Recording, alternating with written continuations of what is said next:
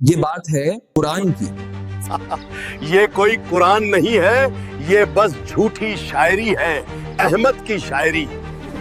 یہ بات ہے اس آگ کی جو لگائے گی ایک عورت اپنے شوہر کے لیے۔ احمد کے درد سے مجھے سکون ملتا ہے غلاموں، یہ کانٹے اس کے گھر کے سامنے بچھا دو۔ یہ کہانی ہے اس انسان کی جس نے رسول اللہ کو بھرے بازار میں رسوا کیا۔ مکہ والو، اس کی بات مت سننا، یہ میرا بھتیجا احمد ہے اور یہ دیوانہ ہے، دیوانہ۔ وہ دیکھو پاگل آدمی۔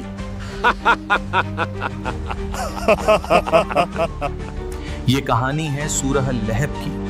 تبت یدا ابی لہب وتب، ایسی سورہ جو اسلام کی سچائی کا سب سے بڑا لیونگ پروف بن گئی۔ آج ہم اسے پڑھتے ہیں، رٹتے ہیں، نماز میں جلدی سے پڑھ کر نکل جاتے ہیں، لیکن کبھی سوچا ہے کہ اللہ اتنے غصے میں کیوں ہے؟ کیوں قرآن میں کسی دشمن کا نام لے کر اسے بددعا دی گئی؟ اس کے لیے ہمیں چلنا ہوگا مکہ کی اس صبح میں۔ نبوت کا شروعاتی دور تھا۔ اللہ کے نبی صلی اللہ علیہ وسلم کو حکم ملا کہ اپنے قریب رشتہ داروں کو اسلام کی دعوت دیں۔ صحیح بخاری میں حضرت ابن عباس رضی اللہ عنہ سے روایت ہے کہ یہ کریم صلی اللہ علیہ وسلم صفا کی پہاڑی پر چڑھے اور بلند آواز میں پکارا، یا صباحا۔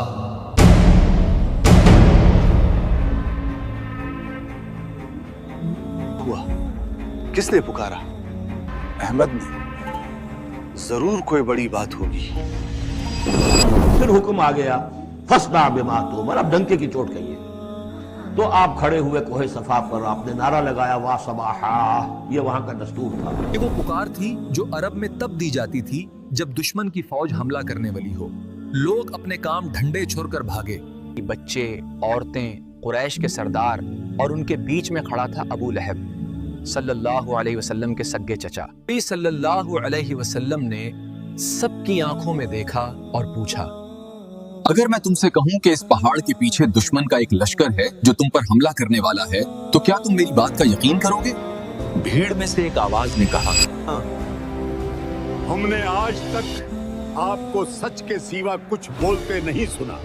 آپ الامین ہیں، آپ الصدیق ہیں۔ ماحول میں خاموشی چھا گئی۔ پھر نبی صلی اللہ علیہ وسلم نے فرمایا، تو میں تمہیں ڈراتا ہوں ایک سخت عذاب سے جو میرے بعد آنے والا ہے اگر تم نے ایک اللہ کو نہ مانا۔ ابھی بات پوری بھی نہیں ہوئی تھی کہ بھیڑ میں سے ایک شخص غصے میں کھڑا ہوا، چہرہ لال، آنکھوں میں نفرت۔ یہ ابو لہب تھا۔ اس نے وہ الفاظ کہے جنہوں نے عرش کو ہلا دیا۔ اس نے کہا، بن لکا علی ھذا جماعتنا، اے برباد ہو تو اے احمد، کیا تو نے ہمیں بس اسی لیے جمع کیا تھا؟ سوچیں ذرا، بھرے بازار میں سب کے سامنے سگا چاچا اپنے بھتیجے کو بددعا دے رہا ہے کہ تو برباد ہو جائے۔ نبی صلی اللہ علیہ وسلم کا دل کتنا دکھا ہوگا، مگر جواب نبی نے نہیں دیا، جواب جبریل علیہ السلام لے کر آئے۔ ابو لہب نے کہا تھا، تبن لکا، تو ٹوٹ جائے، برباد ہو جائے۔ اللہ نے جواب دیا، تبت یدا ابی لہب، ٹوٹ گئے دونوں ہاتھ ابو لہب کے۔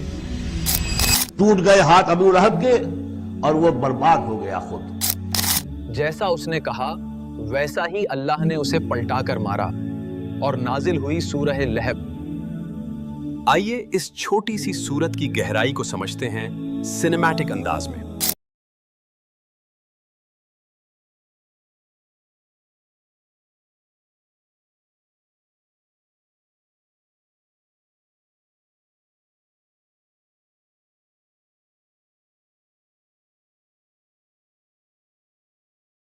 پہلی آیت، تبت یدا ابی لہبی وتب، ٹوٹ گئے ابو لہب کے دونوں ہاتھ اور وہ تباہ ہو گیا۔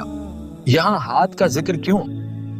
کیونکہ وہ انہی ہاتھوں سے نبی صلی اللہ علیہ وسلم پر پتھر پھینکا کرتا تھا۔ ہسٹری بتاتی ہے کہ وہ نبی صلی اللہ علیہ وسلم کے پیچھے بازاروں میں گھومتا اور کہتا یہ جھوٹا ہے، اس کی بات نہ سننا۔ اللہ نے فرمایا تیرے یہ ہاتھ، تیری یہ طاقت سب بیکار ہیں، یہ ٹوٹ چکے ہیں۔ اللہ یہ جو کہہ رہا ہے یہ پاسٹ ٹینس ہے۔ لیکن ابو لہب پھر بھی باز نہ آیا۔ جب یہ سورہ نازل ہوئی تو وہ لوگوں کو جگہ جگہ جا کر کہتا ہے کہ میرے ہاتھ ٹوٹ گئے۔ دیکھو کہاں ٹوٹے میرے ہاتھ، صحیح سلامت تو ہے۔ اب چلتے ہیں دوسری آیت پر، ما اغنا عنہ مالہ وما کسب۔ اس کا مطلب ہے نہ اس کا مال اس کے کام آیا اور نہ جو اس نے کمایا۔ کچھ کام نہیں آئے گی اس کا، نہ اس کا یہ مال اور نہ وہ کمائی جو اس نے کی ہے ساری عمر اور جمع کیا ہے۔ ابو لہب مکہ کے امیر آدمیوں میں گنا جاتا تھا۔ وہ گھمنڈ سے کہتا تھا اگر احمد کی بات سچ بھی ہوئی تو میں اپنا پیسہ اور اولاد دے کر خود کو عذاب سے بچا لوں گا۔ لیکن اللہ کے عذاب سے نہ تو آج تک کوئی بچ پایا ہے اور نہ ہی بچ پائے گا۔ ما قصب سے مراد علماء کہتے ہیں اس کی اولاد ہے۔ جب ابو لہب مرا تو اسے ایک ایسی بیماری ہوئی کہ اس کے اپنے بیٹوں نے اس کی لاش کو ہاتھ لگانے سے منع کر دیا۔ 3 دن تک لاش سڑتی رہی، دور سے اس پر پتھر اور پانی پھینک کر دفنایا گیا۔ نہ دولت کام آئی نہ بیٹے۔ اب چلتے ہیں تیسری آیت پر، سیصلی نارن ذات لہب، عنقریب وہ بھڑکتی ہوئی آگ میں داخل ہوگا۔ یہاں ایک کمال کا لنگوسٹک میریکل دیکھیے۔ ابو لہب کا اصلی نام عبد العزیٰ تھا۔ ابو لہب مطلب انگاروں والا اس کی بنیاد تھی، کیونکہ یہ بہت گورا تھا اور غصے میں اس کا چہرہ لال ہو جاتا تھا۔ اللہ نے اسی کے نام لہب کو اس کے عذاب لہب مطلب آگ کے شعلے سے جوڑ دیا۔ جس خوبصورتی پہ اسے ناز تھا وہی اس کی آخرت میں فیول بنے گی۔ اب بات کرتے ہیں اس کی پارٹنر ان کرائم کی، ام زمیل، ابو سفیان کی بہن اور ابو لہب کی بیوی۔ یہ عورت شر میں اپنے شوہر سے کم نہیں تھی۔ اللہ کے نبی کو کس طرح پریشان کر سکتے ہیں اس کی ترکیبیں سوچا کرتی تھی، اور یہ عورت اپنے شوہر کے ساتھ اتنی ہی شریک تھی جتنا ابو لہب تھا۔ اب چوتھی آیت، وَامْرَأَتُهُ حَمَّالَةَ الْحَطَبِ، اور اس کی بیوی بھی جو لکڑیاں دھونے والی ہے۔ ابن قطر لکھتے ہیں کہ وہ راتوں کو کانٹے دار جھاڑیاں ڈھونڈ کر لاتی اور نبی صلی اللہ علیہ وسلم کے راستے میں بچھا دیتی تاکہ انہیں چوٹ لگے۔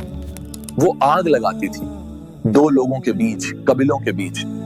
جیسی لکڑی آگ کو بڑھاتی ہے ویسے ہی اس کی باتیں نفرت بڑھاتی تھیں۔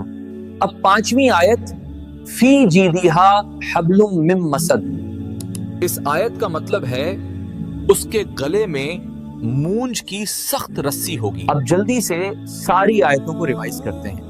تبت یدا ابی لہب وتب، ٹوٹ گئے ابو لہب کے دونوں ہاتھ اور وہ تباہ ہو گیا۔ ما اغنا عنہ مالہ وما کسب، اس کا مطلب ہے نہ اس کا مال اس کے کام آیا اور نہ جو اس نے کمایا۔ سیصلی نارن ذات لہب، عنقریب وہ بھڑکتی ہوئی آگ میں داخل ہوگا۔ وامرأتہ حمالۃ الحطب، اور اس کی بیوی بھی جو لکڑیاں دھونے والی ہے۔ فی جیدہا حبل من مسد، اس کے گلے میں مونج کی سخت رسی ہوگی۔ اسلامک اسکالرز کہتے ہیں ام جمیل کے پاس ایک بہت قیمتی ہار تھا۔ وہ کہتی تھی لات و عزا کی قسم میں ہار کو بیچ کر احمد کی دشمنی میں خرچ کروں گی۔ اللہ نے اس ہار کے بدلے جہنم میں آگ کی لپٹوں والی رسی اس کے گلے کا نصیب بنا دی۔ جیسا عمل ویسا انجام۔ اس سورہ میں ایک ایسا کرشمہ چھپا ہے جو شاید ہم اگنور کر دیتے ہیں، غور سے سنیے گا۔ یہ سورہ مکہ میں نازل ہوئی۔